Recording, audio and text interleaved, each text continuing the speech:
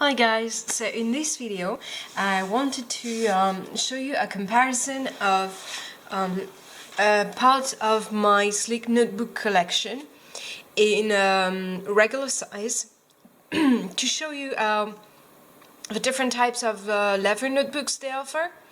Right in front of you is not a Zlyc notebook, that's an actual brown Midori, and that's to help me make a comparison. If I take the black one from Zlyc, as you can see, they look a lot alike. The main difference would be the bulk.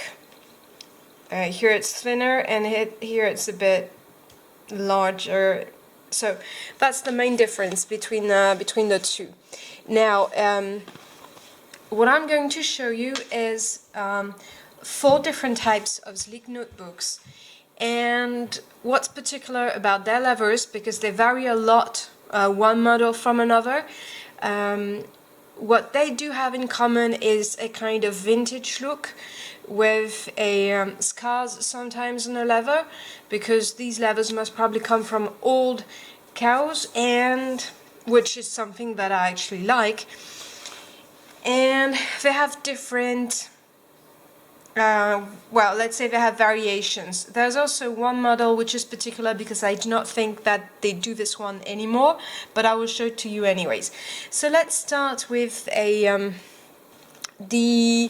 let's say more classical versions, and this would be a red and a black regular type of leather. And what you get is something that looks a lot less vintage than the rest.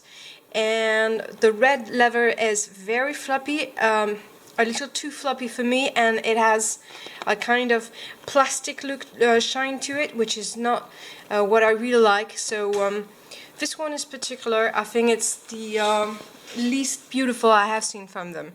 The black one, on the other hand, is a very nice matte kind of leather with a little texture on it, not floppy at all, rather firm, and it's actually quite nice looking. So if you hesitate between this brown, which actually looks a little more red, and the black, I would strongly advise you to take the black one, which is very, very nice.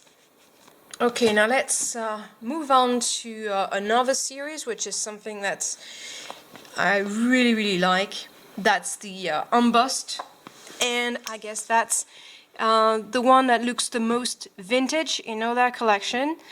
It's embossed with Florentine design, and on the right side you've got the camel or brown one, and on the left the dark brown.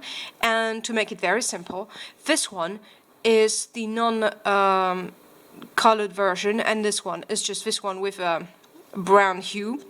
The leather is very, very nice, gorgeous looking. It's not a top-notch leather, but it's actually quite nice. Now this one on the left tends to be a little greasy on your hands, and it's going to change color a lot. But I definitely think that it's nicer than the one on the right, but it's a personal choice, I guess. So this one, if you go for an ultra vintage look, that would be your choice. Right, now let's move on to the these ones. They were actually my first choice in all their collections. I actually started with this one, which is dark brown, and as you can see, it has become a lot clearer in color with the sun because I used it a lot this summer. And it's a very nice leather, but I'm not going to say a lot about this because from what I've seen, they have changed the leather type that they use for this one, and so this one is not one that you can actually get now. These ones, now the dark green and the dark red, as you can see, are quite dark, and there's only a hue, an inch of the green and the red. What they have in common is a strong, firm leather that's very smooth to the touch, which shows a lot of marks, as you can see on this one. And you have to buy this leather with the expectation that it will take many scratches to become more beautiful. So if you do not like scratches, I strongly advise you against this. Now, if you like things that get personal very quickly, I would. The inside of this leather is actually quite pleasant to the touch, a bit more hairy on this one, and completely smooth on this one. And that's one of their nicest leather, and it's very nice one. So that's an excellent choice for the price that they make you pay for this. It's an excellent choice. Right, and now the last ones are the vegetable tan ones, and these come in these three colors. Never thought I would like these, but actually my favorite is this brown, which they call yellow, which I call honey colored. And what's particular about these leathers is that they have vegetable tanning.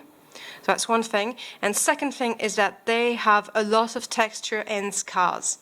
So that's what you need to know about these. They are rather firm ones, not as pliable as the others. This one will age better than the ones on the left and the right. And this one is the floppiest of the three. This one is quite firm. And this one is right in between, and that looks strong and more manly. And finally, what you need to know about this type of leather is the textured aspects. Okay, here you see texture, so that's probably from animals with a certain age. It's not as smooth as you would expect leather to be. Here you can see you've got a lot of these marks. On the blue one you definitely have scars. So I like the idea as well that it's coming from old animals, meaning they had a life for themselves before they were used to make these notebooks. And that's what you get with these ones. So let's go back to this quickly to not make this video too long. These ones, vegetable tanning, if you're a fan of, that's fine. These are the most textured and scarred leathers that they have, less smooth, but with bright colors. Now, these ones, I put that one in the middle, an excellent choice if you like vintage leather that's going to age very quickly and take a personality of their own very quickly. That would be a good choice.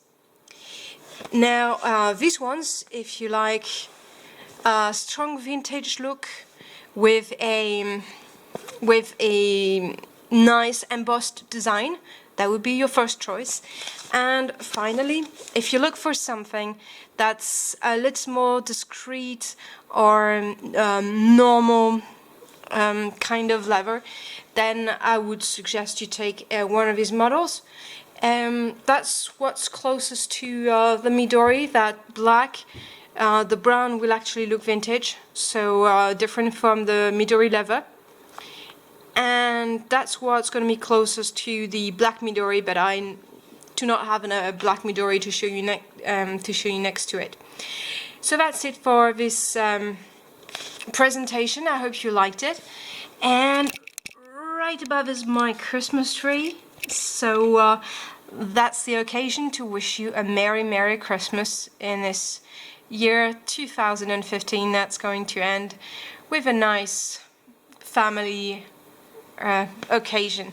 See you next time.